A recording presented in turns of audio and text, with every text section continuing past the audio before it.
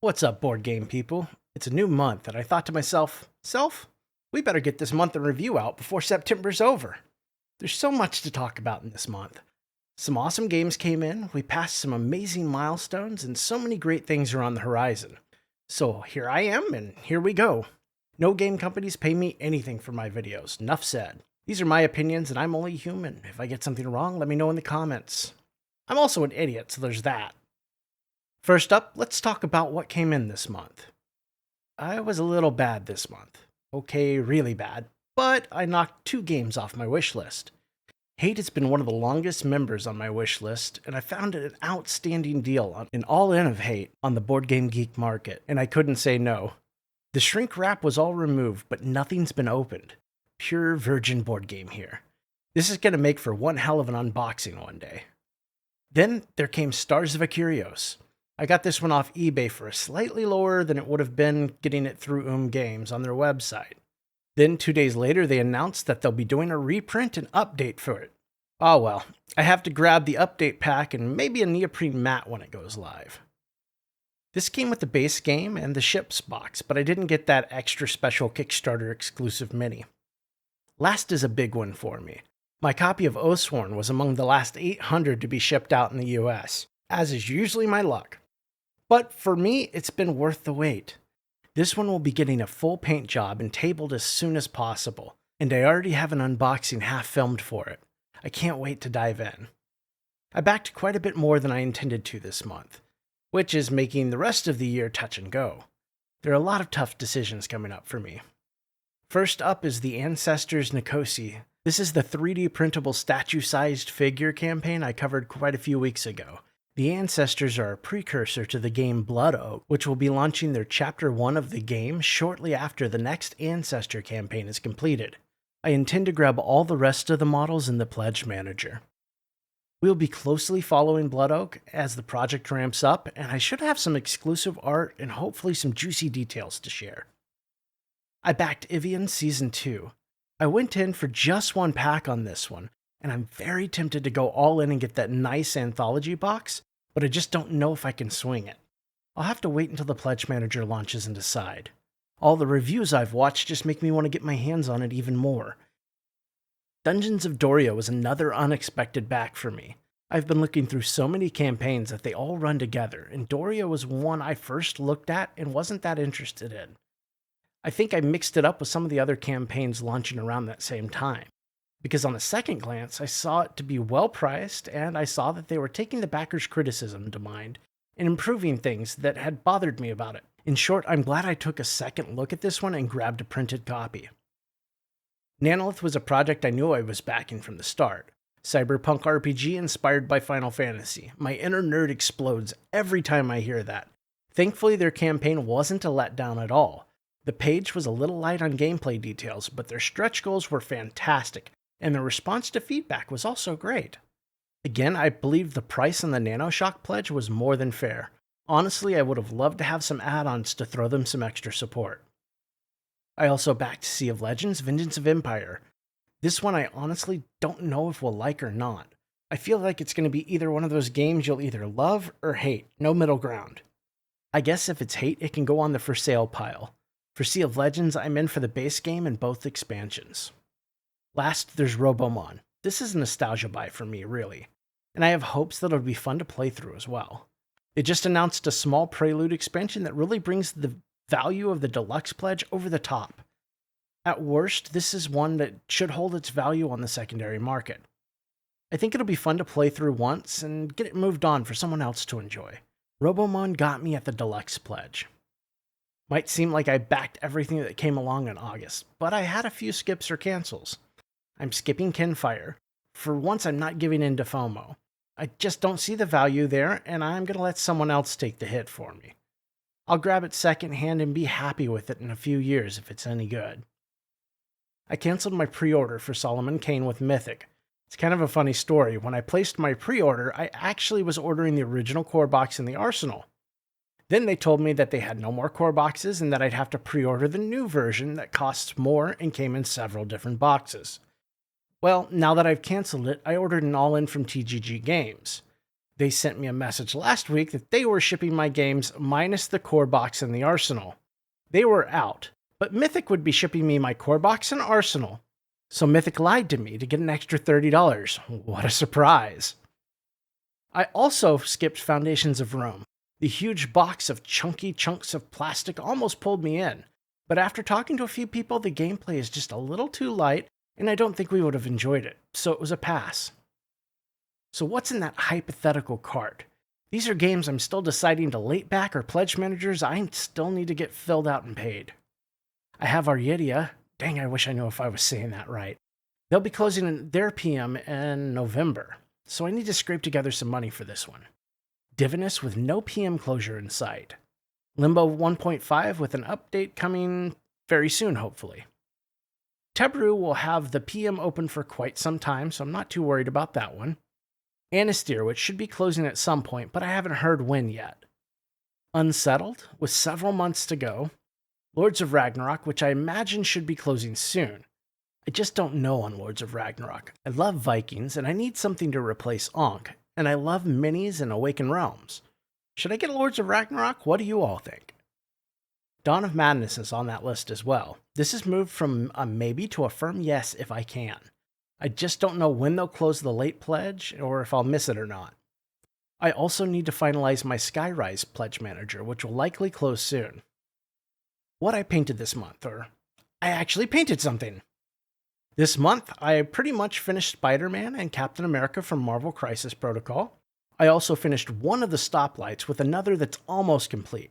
I started working on one of the cars, and I base coated some Uruks for my Age of Sigmar army. What I played this month.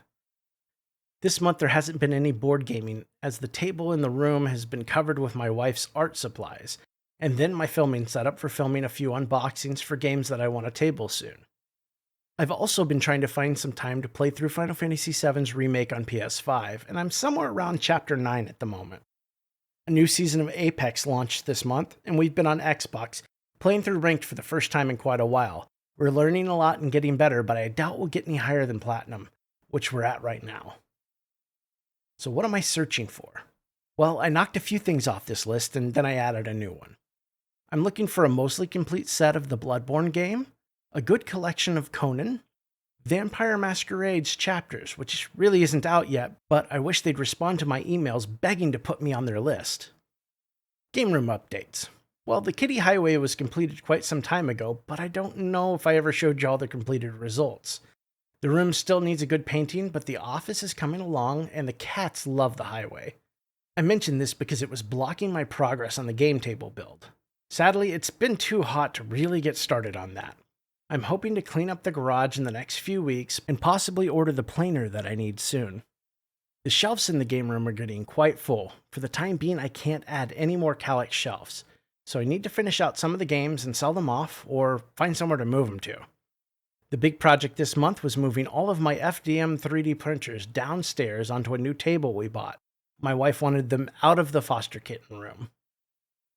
Alright, now on to channel updates, and this may get a little long this month. This has been a huge month for the channel. We passed 800 subs, and we're sitting at just under 30 people on our Discord. It's been great to bounce things back and forth and ask questions or answer questions. If you ever want to talk shop, have a board game or painting question, or you just want to hang out, drop on by. I may have mentioned in an earlier video, but I've been under the weather quite a bit this month for various reasons. No COVID, thankfully, but something got both me and my wife for a few days. And I'm dealing with some other medical issues as well. It's kept me from having the energy and time to do things like releasing the Imperium video and start my unboxings. I'm having a good couple weeks now, and I'm trying to get ahead of things. I settled on a format for my unboxings. We have YouTubers like King that do hour-and-a-half detailed critiques of the components and the miniatures, and we have the other end of the spectrum where the unboxing takes a backseat to whatever conversation the content creator really wants to have. Then there are those in the middle that offer some what's in the box with some how to play. For mine to be worth doing in an already crowded field, I need to offer something different. I want these to be my style, shorter, and focused on the experience. I really want to push myself to up the production value of the videos overall, but I want to keep it to the point of an unboxing, the experience and the components. They'll undoubtedly be rough at first, but I want to find a solid foundation that I can grow and evolve into something new.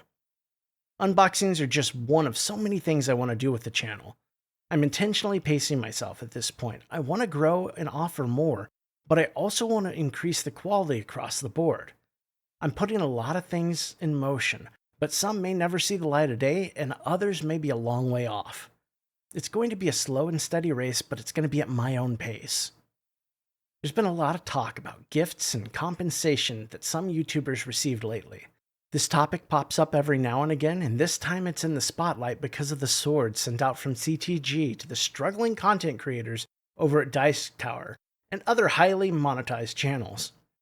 I won't wade too far into the already muddy waters, but I'd like to also mirror what Liege said in saying that you should really take a look at the creators you're watching and ask for yourself, what are they really making their content for? Where do their biases lie?